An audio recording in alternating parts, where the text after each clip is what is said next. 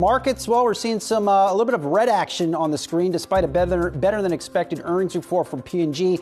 CEO John Mueller told me the consumer is staying resilient in the face of high inflation, but nonetheless, right now we're seeing the markets in the red. Now, here's what's on tap for you this hour. Here comes Tesla's earnings. Our senior auto correspondent, Pras Subramanian, tees up Tesla's earnings for you as they are out after the close.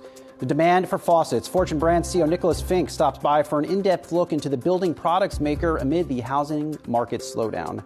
And no recession. That's a take from Bank of America CEO Brian Moynihan in my chat with him just moments ago. We'll have that interview coming up. Brad, over to you. All right, taking a look at the major averages here as we've struck the top of the 10 a.m. hour, 30 minutes into trade. And I want to give you a three-day look at what's kind of taken place here over the course of this week. Even despite today's little blippity blip, we are seeing us hold on to a three-day gain of about 2.8% here for the Dow Jones Industrial Average. The NASDAQ Composite, you're seeing that hold on to gains of about 3.7% over that three-day period. But here today, right now, down by about 0.6%, 35 minutes into trade.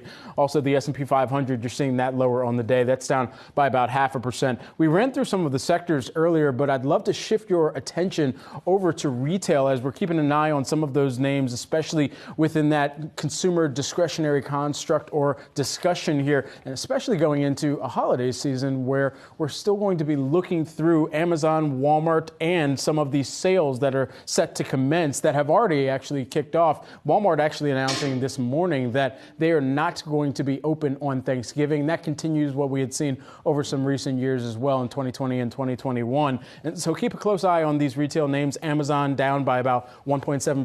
Walmart down by about 0.2%. Target also lower on the day by about 0.6%. So that's a retail roundup, if you will, for right now. This is the top of the 10 a.m. hour. Julie? On over to you. Actually, no. We've got a guest that's coming in. Although it may feel like we're already in one, many economists still don't think the U.S. meets the formal definition of a recession based on broader measures such as income, spending, and job growth.